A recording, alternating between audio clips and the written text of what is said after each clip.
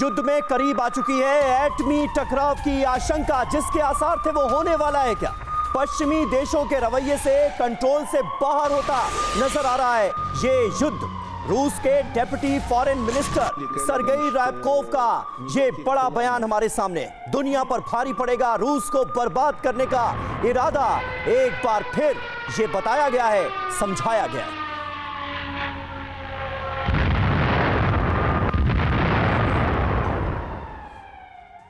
तो देखिए, इस वक्त अपने दर्शकों को बता दें कि तमाम जो अहम खबरें सामने आ रही हैं वो ये बताने के लिए काफी हैं कि आने वाले वक्त में ये युद्ध किस अंजाम पर, किस मोड़ पर पहुंचता हुआ नजर आ रहा है। थोड़े दिनों पहले हमने आपको दिखाई थी ज़ेलेंस्की के सेफ जोन की वो तस्वीरें, सेफ हाउस की वो तस्वीरें जो इससे पहले दुनिया ने नहीं देखी थी। अब पुतिन के वॉर रूम में TV9 रिपोर्टर मनीष झा पहुंच चुके हैं। उनकी सुपर एक्सक्लूसिव रिपोर्ट्स आपके सामने होगी, लेकिन उससे पहले देखते हैं रशियन मंत्री ने यूएन में क्या कुछ कहा है, क्यों हलचल मची है उनके बयान से।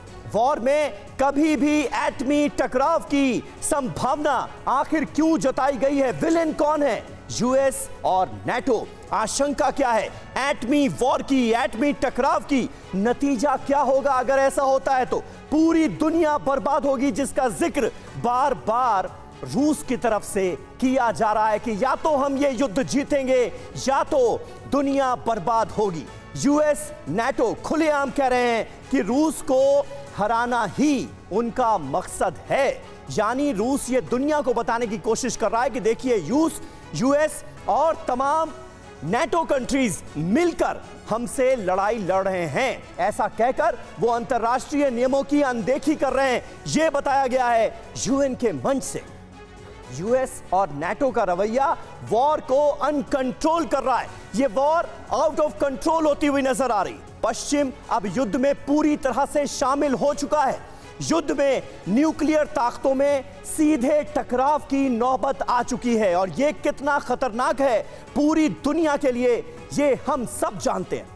विश्व में जो तबाही होगी उसके जिम्मेदार पश्चिमी देश होंगे, वेस्टर्न कंट्रीज होंगे, ये रूस की तरफ से बताया गया है और इसके आसार यकीन जानिए बढ़ते नजर आ रहे हैं। क्या होने वाला है ये समझना बहुत जरूरी है। हमारे साथ इस वक्त हमारे सहयोगी मनीष झा लाइव कनेक्ट हो चुके हैं सीधे वॉर जोन से। हम तमाम उनकी रिपोर्ट्स देख रहे हैं। तमाम खास मेहमानों का एक बड़ा पैनल हमारे साथ है। मेजर जनरल जीजी द्विवेदी साहब हमारे साथ मौजूद हैं, रविंदर सचदेवा साहब हमारे साथ मौजूद हैं, जेके त्रिपाठी साहब, एम्बेसडर जेके त्रिपाठी हमारे साथ मौजूद हैं, नेवल कमांडर अशोक बिजलवान हमारे साथ मौजूद हैं। लेकिन सबसे पहले रूस यूक्रेन बॉर्डर, वो वॉर जोन जिसने हलचल मचा रखी है पूरी दुनिया में, वहां से लाइव कनेक्ट हो रहे हैं मनीष झा। सीधे उनका रुख करते हैं। मनीष, जो बातें रूस की तरफ से कही गई हैं, ऐसा नहीं है कि यह पहली बार चेताया जा रहा है, पहली बार धमकाया जा रहा है। इससे पहले ना जाने कितनी धमकियां रूस की तरफ से आ चुकी हैं इसे लेकर, लेकिन फिर भी जो सिलसिला है नाटो की तरफ से, वेस्टर्न कंट्रीज की तरफ से, वो तो रुकने का नाम नहीं ले रहा है। क्या होता हुआ आप देख रहे हैं वहां पर अपनी आंखों के सामने? बिल्कुल, देखिए, सबसे बड़ी बात यही है कि डर इसी बात का है कि रूस के बारंबार कहने के बावजूद, या कहें कि रूस अपना कंसर्न बार बार दुनिया के सामने रख रहा है कि क्यों रूस अभी अपनी पूरी ताकत के साथ अपने अस्तित्व को बचाने में लगा है। लोग अगर ये पूछेंगे कि क्या वाकई में रूस के अस्तित्व के लिए खतरा है, तो अमेरिका और नाटो देशों की तरफ से हो रहे बयानबाजी या उनकी तरफ से उठाए जा रहे कदम को देखने के बाद कम से कम रूस को, क्रेमलिन को, रूस के लोगों को या रूस के साथ खड़े तमाम देश या तमाम लोगों को ये लगता है कि ये रूस के अस्तित्व के लिए खतरा है और ऐसे में रूस को अपने अस्तित्व को बचाने के लिए पूरी ताकत के इस्तेमाल का अधिकार होगा और करना भी चाहिए। और इसी बात का डर इसलिए है क्योंकि एक मोड़ के बाद जब ऐसा कभी दिखेगा कि रूस और नाटो के बीच सीधी लड़ाई हो रही है, बिल्कुल, और मनीष, अपने अस्तित्व को बचाने के नाम पर कई मौकों पर हिंसक कदम ना उठाए। कई मौकों पर चाहे वो मेदवेदेव हो, पुतिन हो, उनकी तरफ से ये साफ कहा गया है कि जब रूस के अस्तित्व की बात आएगी तो दुनिया के अस्तित्व की बात होगी, सिर्फ रूस, अकेले रूस की बात नहीं होगी। हम लौटेंगे आपके पास और देखिए एक सनसनीखेज वीडियो भी आया है, वो भी हम आपको दिखाएंगे। रूस ने समंदर में दिखाई बड़ी ताकत, रशियन सबमरीन से क्रूज मिसाइल की लॉन्चिंग और कैमेचेटस्की रूस ने दागी है क्रूज मिसाइलें। रूस ने मिसाइल लॉन्चिंग का वीडियो जारी किया। ये देखिए, ये वही मिसाइल है जिसको रूस ने दागा है। जीजी द्विवेदी सर, ये तस्वीरें हम देख रहे हैं, क्या संकेत दे रहा है रूस? समंदर से भी पूरी तैयारी है। ठीक बात है, क्योंकि अभी तक तो युद्ध ज़्यादा ज़मीन पर ही हुआ है और 1 साल कन्वेंशनल युद्ध हुआ है। तो अभी रूस बार बार ये चेतावनी दे रहा है कि अगर उन्होंने बॉर्डर से पार करके रूस के अंदर हमले किए तो उसका बहुत ही गंभीर अंजाम हो सकता है। और ये जो अभी हमले हुए हैं ये सब कन्वेंशनल है, कन्वेंशनल नहीं है। तो अभी रूस, उसकी काफ़ी ताकत है, समुद्री ताकत है, ब्लैक सी में उसका फ्लीट है, बाल्टिक में अभी पिछले ही हफ्ते उन्होंने अपनी क्षमता का प्रदर्शन किया था।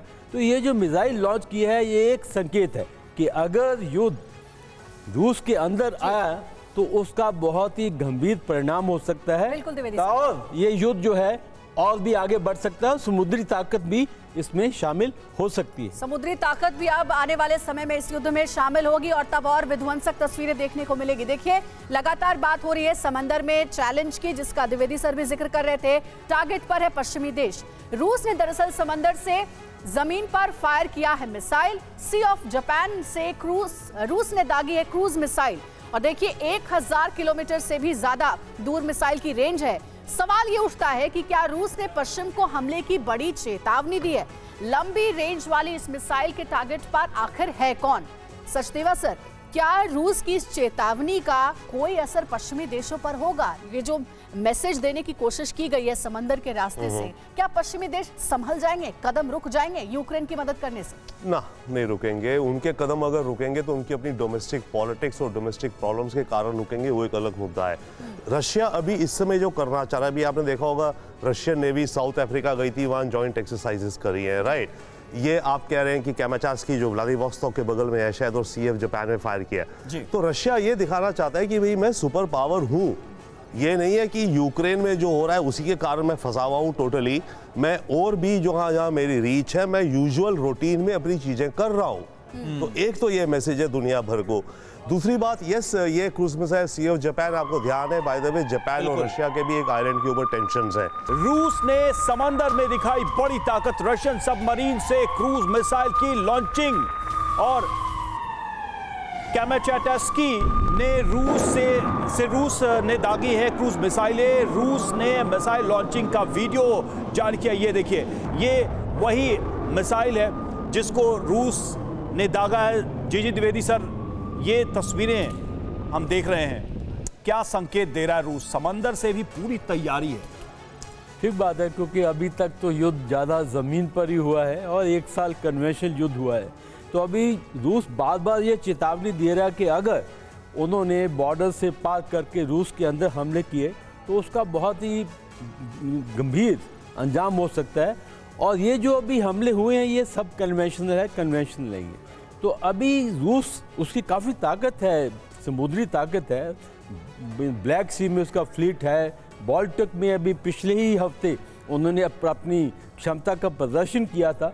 तो ये जो मिसाइल लॉन्च किया है ये एक संकेत है कि अगर युद्ध रूस के अंदर आया तो उसका बहुत ही गंभीर परिणाम हो सकता है और ये युद्ध जो है और भी आगे बढ़ सकता है। समुद्री ताकत भी इसमें शामिल हो सकती है। समुद्री ताकत भी अब आने वाले समय में इस युद्ध में शामिल होगी और तब और विध्वंसक तस्वीरें देखने को मिलेगी। देखिए, लगातार बात हो रही है समंदर में चैलेंज की, जिसका द्विवेदी सर भी जिक्र कर रहे थे। टारगेट पर है पश्चिमी देश। रूस ने दरअसल समंदर से जमीन पर फायर किया है मिसाइल। सी ऑफ जापान से रूस ने दागी है क्रूज मिसाइल।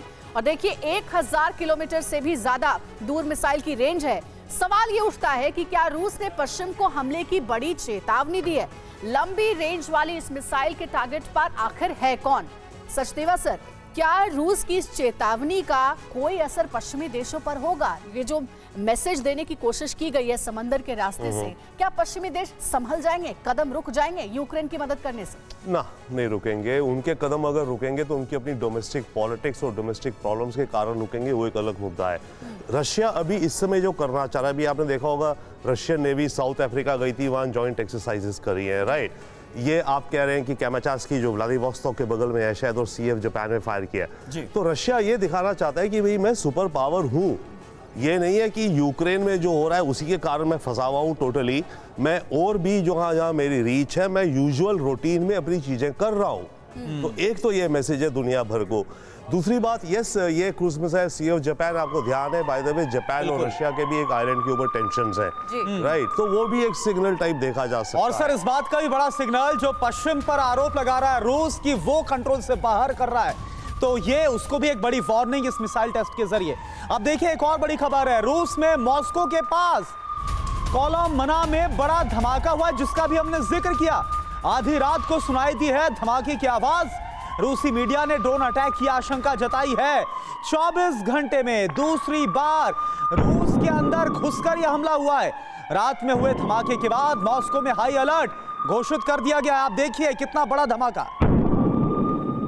तो आवाज सुनकर आपको भी अंदाजा लग गया होगा कि यह बड़ा धमाका, जोरदार धमाका। और आइए अब आपको मॉस्को के पास ये जो हमला हुआ और जो बताया जा रहा है कि ड्रोन के जरिए हमला हुआ, इसकी डिटेल बताते हैं जिससे आप समझ पाएंगे कि मसला कितना ज्यादा गंभीर हो चला है। तो मॉस्को के पास भीषण ब्लास्ट, बड़ी जानकारी क्या है। मॉस्को के बाहरी इलाके कोलोमना में यह बड़ा धमाका हुआ है और बड़ा सवाल क्या है इससे जुड़ा, क्या धमाके के पीछे यूक्रेन और पश्चिम का हाथ है। मॉस्को के बाहरी इलाके में यह बड़ा धमाका, यह खबर, धमाका रात 9:30 पर हुआ। ब्लास्ट के पीछे ड्रोन हमले की आशंका जाहिर की गई है। हवा में ही धमाका हुआ है।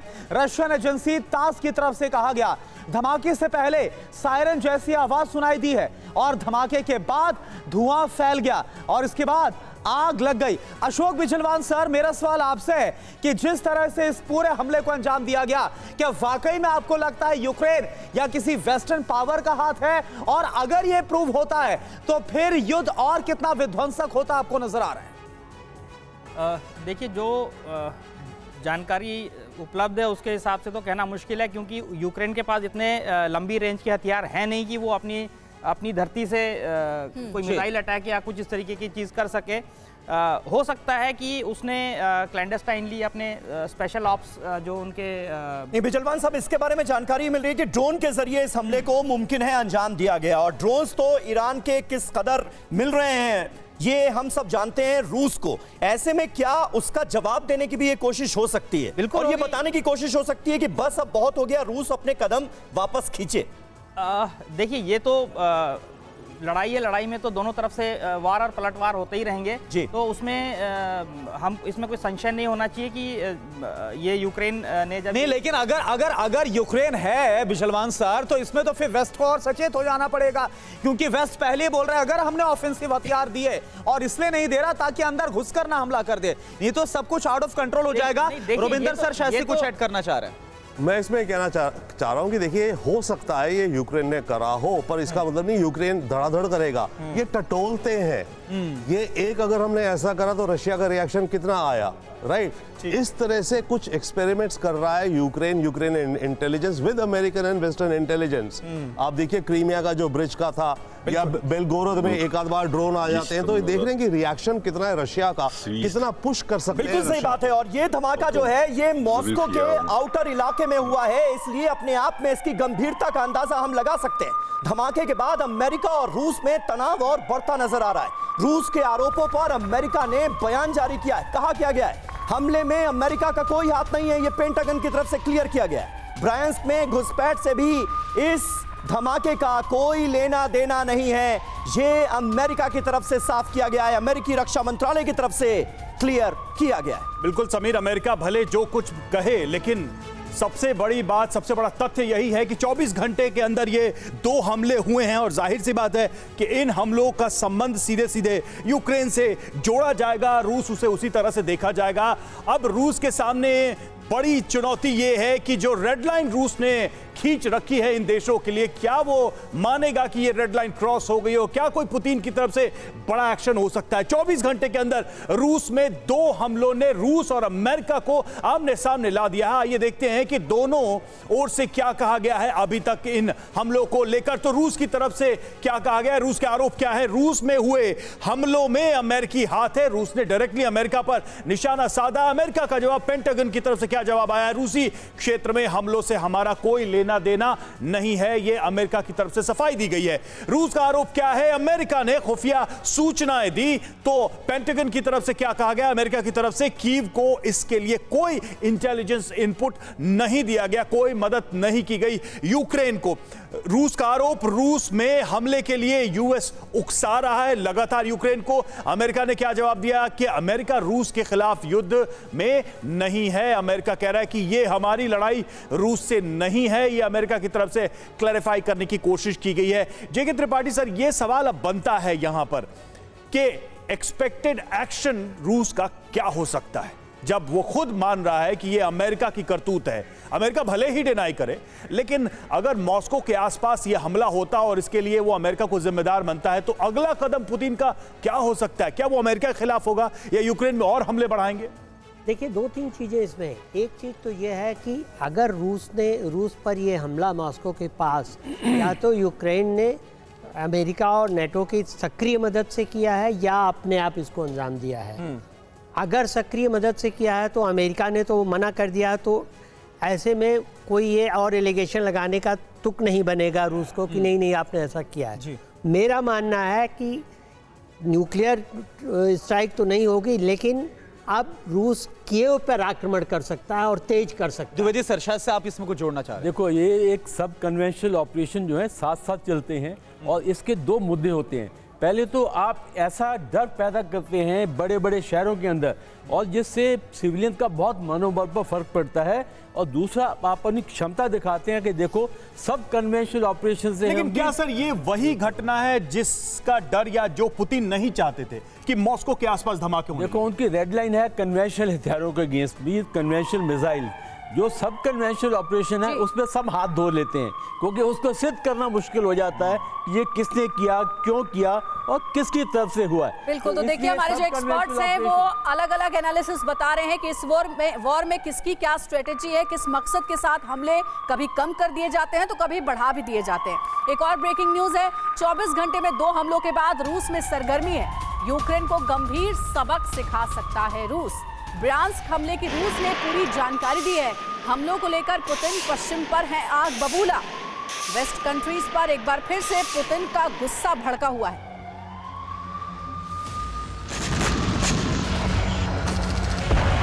तो आप देखिए, एक तरफ जिस तरह से हम देख रहे हैं कि लगातार जो युद्ध है वो और आगे बढ़ता हुआ नजर आ रहा है। पूर्वी इलाकों की बात करें तो वहां पर और भी भीषण हमलों को अंजाम दिया जा रहा है रूस की तरफ से। हालांकि यूक्रेन भी जवाब देने की कोशिश कर रहा है, लेकिन ऐसा साफ नजर आ रहा है कि यूक्रेन का जो जवाब है तमाम मदद के बावजूद नाकाफी साबित हो रहा है, क्योंकि लगातार जो रूस है वो आगे बढ़ता हुआ नजर आ रहा है। पहले ब्रांस्क में और अब कोलमना। आइए अब ये समझते हैं कि आखिर चल क्या रहा है वॉर जोन में। बीते 24 घंटे के अंदर हुआ क्या है। रूस में 2 बड़े अटैक हुए, 2 बड़ी घटनाएं हुई है। आप देखिए, रूस के ब्रांस्क में अगर हम बात करें तो यहां पर घुसपैठ हुई है, फायरिंग हुई है। मॉस्को के पास, बिल्कुल पास कोलोनमा में बड़ा धमाका हुआ है। तो ये 2 बहुत बड़ी घटनाएं, यानी जो हमने आपको बताया कि एक तरफ वॉर जोन यूक्रेन की बात की है, यहां पर बड़े हमले हो रहे हैं और ये 2 बड़ी घटनाएं सामने आ जाना। अब ब्रांस्क में क्या हुआ ये आप जानिए। कुछ यूक्रेनी हथियारबंद सैनिकों ने घुसपैठ की है, ये इस बात का दावा किया जा रहा है, और साथ ही यूक्रेनियंस ने सिविलियंस पर भी हमले किए। ये रूस के ब्रांस्क में क्या हुआ वो हम आपको बता रहे हैं। एक व्यक्ति की मौत हो गई, इसमें एक बच्चा भी घायल हुआ, यानी कि आप समझिए कि यह बड़ा हमला था। यूक्रेनियों ने कुछ लोगों को बंधक बनाया, कुछ लोगों पर हमला किया है। रूस ने हमले को टेररिस्ट अटैक कहा है, यानी जो सवाल था कि अब रूस क्या करेगा, यूक्रेनी सैनिकों को रूस ने वापस खदेड़ दिया। और क्या हुआ आप देखिए, घुसपैठिए काफी हथियार और विस्फोटक भी छोड़कर गए, यानी कि और भी बड़े हमले की फिराक में थे। योजना बहुत बड़ी थी। मेरा सवाल आपसे है द्विवेदी सर कि जिस तरह से ब्रांस्क हो या फिर मॉस्को के ठीक पास 24 घंटे के अंदर इन 2 बड़े हमलों को अंजाम देना, हालांकि आपने कहा कि कन्वेंशनल हथियार नहीं, लेकिन सब कन्वेंशनल हथियार के जरिए मॉस्को के पास हमले को अंजाम दिया गया। लेकिन ब्रांस्क के पास आप देखिए, यहां तो यूक्रेनियों को लेकर कहा जा रहा है कि घुसपैठ के हथियार थे, विस्फोटक थे, बड़े हमले की फिराक में थे। देखो, ये जो युद्ध है ये दोनों तरफ से लड़ा जाएगा, कन्वेंशनल और सब कन्वेंशनल। सब कन्वेंशनल में टेररिज्म आ जाते हैं, यहाँ कोवर्ट ऑपरेशन आ जाते हैं। तो इसमें क्या है कि आप एक बहुत बड़ा मैसेज देते हैं बहुत छोटी सी ताकत के साथ। जैसे छोटी सी टुकड़ी गई, उन्होंने जाके फायरिंग की, तो उसमें एक बहुत दहशत फैलती है। तो कहने का मतलब यह है कि युद्ध जो है कभी कन्वेंशनल होगा, सब कन्वेंशनल होगा, इसको हम हाइब्रिड वॉरफेयर बोलते हैं। तो ये हाइब्रिड वॉरफेयर चलेगा। बिल्कुल। देखिए, इस बीच एक और अहम खबर आ रही है। स्वातोवो में रूसी फौज की बड़ी स्ट्राइक सामने आई है। रूसी सेना ने यूक्रेनी टैंक्स को यहां पर किया है टारगेट। स्वातोवो से लगातार अहम खबरें सामने आ रही हैं। यहां पर जंग लगातार भड़कती हुई हम पिछले कुछ दिनों में देख रहे हैं। अब यहां पर रूसी सेना ने यूक्रेनी टैंक्स को कैसे बनाया है निशाना, देखिए।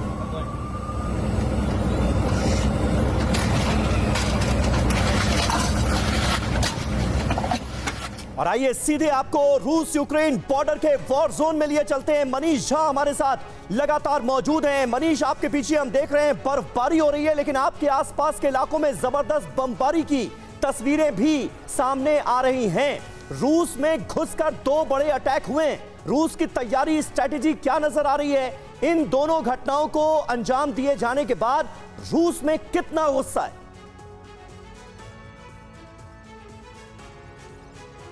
देखिए समीर, जो वीडियो अभी हम अपने दर्शकों को दिखा रहे हैं स्वातोवो का, ये वही ठीक जगह है जहां पर कि मैंने T-80 टैंक से सवारी की थी। और उसी जगह से जो सामने हमने बताया था कि यूक्रेन के सैनिक मौजूद हैं, तो वहाँ पर जो यूक्रेनियन टैंक थे उन पर हमला किया गया। और उसका वीडियो हम आपको दिखा रहे हैं। यानी जहाँ से हमने रिपोर्टिंग की थी वहाँ से उन्हीं टैंकों से हमला किया गया यूक्रेनियन टैंकों पर। और देखिए किस तरह से यूक्रेनियन टैंकों को ध्वस्त किया गया। रहा सवाल आपका, देखिए रूस के लिए चुनौती तो है, और चुनौती केवल रूस के लिए नहीं। अगर मैं सच बताऊं तो दुनिया की तमाम सरकारों के लिए आने वाले दिनों में क्या चुनौती आने वाली है ड्रोन के हमले के जरिए, वो मैंने खुद फ्रंट लाइन पर देखा है। मुझे सोल्जर्स ने बताया कि बच्चों को जो ड्रोन हम खेलने के लिए देते हैं, उन ड्रोन में किस तरीके से छोटे छोटे प्लास्टिक के जरिए और फिर उसके बाद एक्सप्लोसिव को अटैच किया जाता है, और उसे आप एक छोटे से पर्स में रख लीजिए, छोटे से बैग में रख लीजिए, और दुनिया के सबसे सुरक्षित जगह पर भी जा सकते हैं, और वहाँ पर उसको तुरंत जोड़ के और एक पेड़ के नीचे से ऑपरेट करके हमला बोल दीजिए। तो अगर ये स्ट्रैटेजी है तो फिर क्या क्रेमलिन, क्या व्हाइट हाउस और क्या मंगल ग्रह, कोई बचने वाला नहीं है। लेकिन हाँ, दूसरी बात जरूर है कि युद्ध के दौरान अगर मान लीजिए ब्रायंस में जिस तरीके से आतंकवादियों ने 2 सिविलियन गांव को कब्जा में कर लिया, तो अगर पश्चिमी देश अपने आप को बहुत मोरल लेवल पर लेकर जाते हैं, तो युद्ध में क्या ये जायज है? क्या युद्ध में आप सिविलियन गांवों को बंधक बना सकते हैं? और अपने आप में देखिए, जो ग्लोबल टेररिज्म है, वॉर ऑन टेरर है, उसके लिए जो एक ग्लोबल कोऑपरेशन अंडरस्टैंडिंग बनी है, उसको लेकर भी अब दरारें दिखेंगी आने वाले समय में। क्योंकि रूस के लिए जो टेररिस्ट हैं, अमेरिका के लिए वो फ्रीडम फाइटर की तरह जो यूक्रेन के लिए लड़ रहे हैं। ये बहुत ही अजीब स्थिति पैदा होती जा रही है पूरी दुनिया के लिए भी इस लड़ाई में। रूस के खिलाफ यूक्रेन की बड़ी जंगी तैयारी सामने आई। दक्षिण यूक्रेन में नजर आया यूक्रेनी टैंकों का बड़ा काफिला। वॉर जोन की तरफ बढ़ते नजर आए यूक्रेनी BMP-2 टैंक। इनकी एक्सक्लूसिव तस्वीरें इस वक्त TV9 भारतवर्ष पर आपके सामने।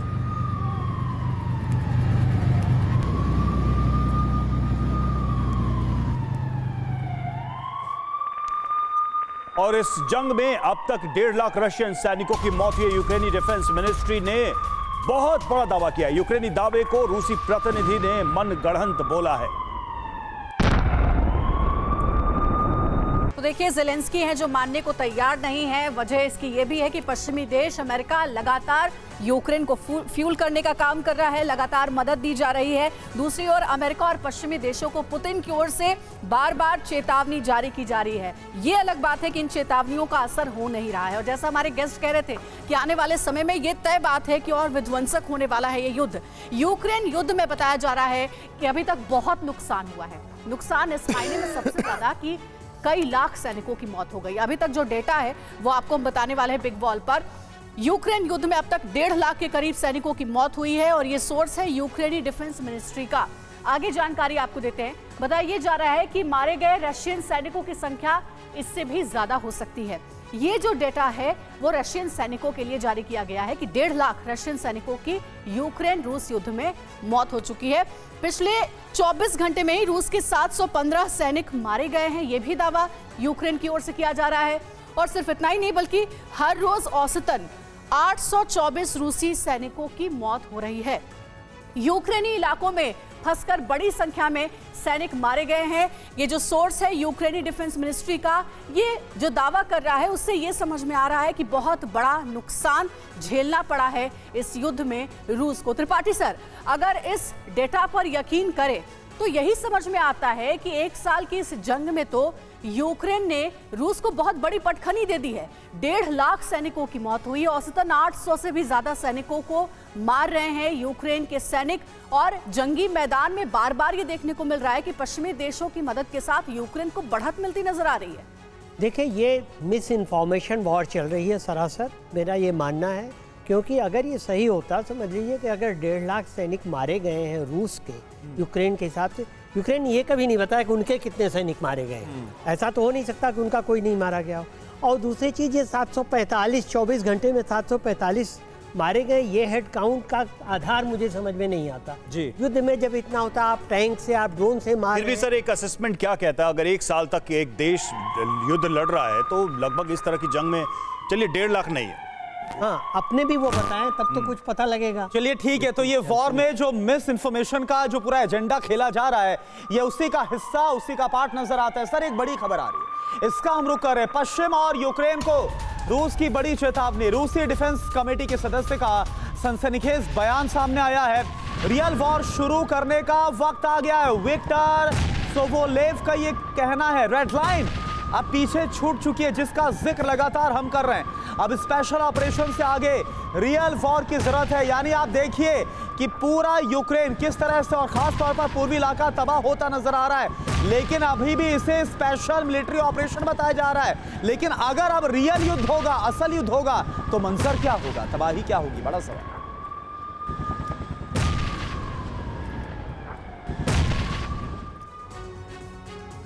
तो देखिए, रियल वॉर का जिक्र हो रहा है। अब यूक्रेन के खिलाफ रियल वॉर छेड़ने के रूस के ऐलान से दरअसल कुछ बेहद गंभीर सवाल खड़े हो रहे हैं। आइए उन पर गौर करते हैं, ये बहुत जरूरी है।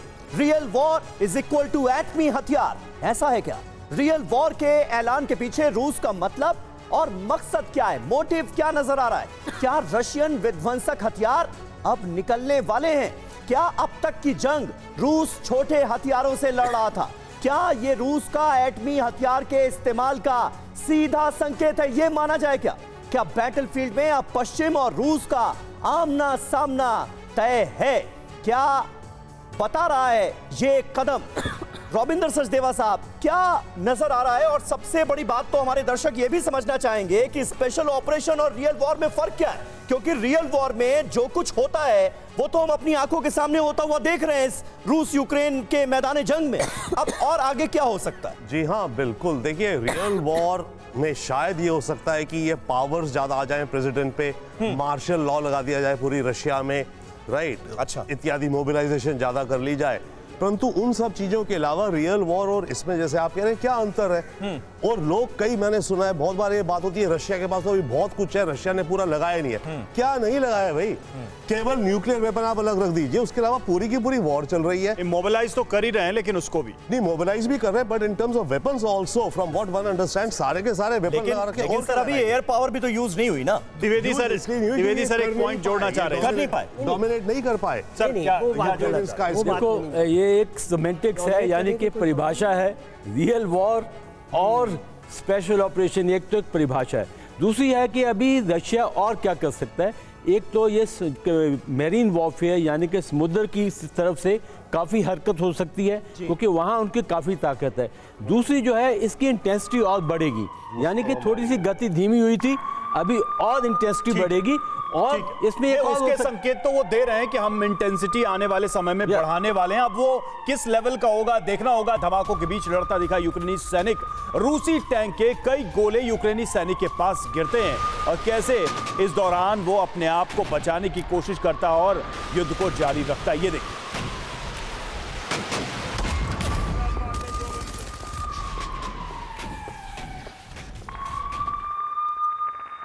एक और बड़ी खबर है, यूक्रेन में शांति के लिए अमेरिका को पीएम मोदी पर भरोसा है। अमेरिकी विदेश विभाग के प्रवक्ता नेड प्राइस का बड़ा बयान, रूस और यूक्रेन की जंग खत्म करवा सकते हैं प्रधानमंत्री मोदी। पीएम मोदी ने कहा, ये युग युद्ध का नहीं तो दुनिया ने सुना है, भारत के साथ मिलकर युद्ध खत्म कराना चाहते हैं। नेड प्राइस ने कहा है कि भारत के प्रधानमंत्री चाहे तो रूस यूक्रेन युद्ध खत्म हो सकता है। और देखिए, इससे जुड़ा एक और बड़ा बयान, इटली की पीएम मेलोनी ने जमकर प्रधानमंत्री मोदी की तारीफ की है। प्रधानमंत्री मोदी को बताया विश्व में सबसे लोकप्रिय, दुनिया में शांति के लिए भारत की भूमिका को अहम बताया है। मेलोनी ने भारत से इटली के मजबूत रिश्तों की वकालत भी की है। Our government to further enhance our relations. I firmly believe that there's a lot that we can do together, and I'm not sure if this will lead me to the approval rate that the Prime Minister Modi has reached. I think is that the most loved one of all around the world. But I mean, this has really proven that he has been a major leader, and congratulations for that, Prime Minister. देखिए, Ravindra Sachdeva sir, संदेश भारत का है। भारत लगातार पुरजोर कोशिश कर रहा है कि किस तरह से शांति स्थापित हो, लेकिन अगर नेटो से जुड़ी कंट्रीज, वेस्ट पावर्स भी भारत की तारीफ करते हैं, प्रधानमंत्री मोदी कदम को सराहनीय बताते हैं, तो क्या वाकई में आपको लगता है G20 की इस बैठक में कोई फॉर्मूला निकल सकता है? क्योंकि ऐसा लग रहा है कि उनकी भी यही इच्छा है कि अब तो शांति हो जानी चाहिए। नहीं, देखिए, दो अलग अलग लेवल से बातें और बड़ी क्लियरली ऑनेस्टली, भारत यस कुछ कर सकता है इस वॉर में मध्यस्थता, बट हमारे पास वो लीवर्स नहीं है। और ये जो अमेरिका वेस्ट वगैरह कह रहे हैं, एक तरह से मान लीजिए आपको एक मतलब आपको आगे पुश कर रहे हैं कि आप करो, आपको चौधरी बना रहे हैं। हाँ। हमें चौधरी तो बना दिया, हमें पावर भी तो दो कि अगर हमने बोला कि डील ऐसी होगी तो तुम भी मानोगे, तुम भी मानोगे। वो तो है नहीं, इनका कि माय वे और द हाईवे ऐसा होगा। अब ऐसा होगा, अब आप जाइए जी, सुलह कीजिए। बिल्कुल सही बात है। जल्दी से ऐड कर। मैं ये कह रहा था कि अगर ये युद्ध कोई बंद कर सकता है तो वो प्रेसिडेंट बाइडेन है, क्योंकि सारे स्ट्रिंग्स उनके हाथ में हैं और वो इस समय सारे कार्ड्स होल्ड कर रहे हैं और उन्हीं की शय पर। लेकिन वो बंद क्यों करेंगे? फायदा तो उन्हीं का हो रहा है। तो मैं वही कह रहा हूँ कि यूएस कह रहा है कि मोदी बंद करा सकते हैं, पर मोदी सिर्फ मध्यस्थता। लेकिन यूएस के रिप्रेजेंटेटिव जो G20 बैठक में आए, एंटनी ब्लिंकन, वो तो लावरोव के सामने कह रहे हैं कि जिस तरह से मदद चल रही है यूक्रेन को, वो मदद आने वाले वक्त में भी जारी रहेगी। तो खुद ये दोनों मुल्क क्या मानकर बैठे हैं और क्या करने वाले हैं, इसको लेकर भी कई तरह के सवाल खड़े होते हैं।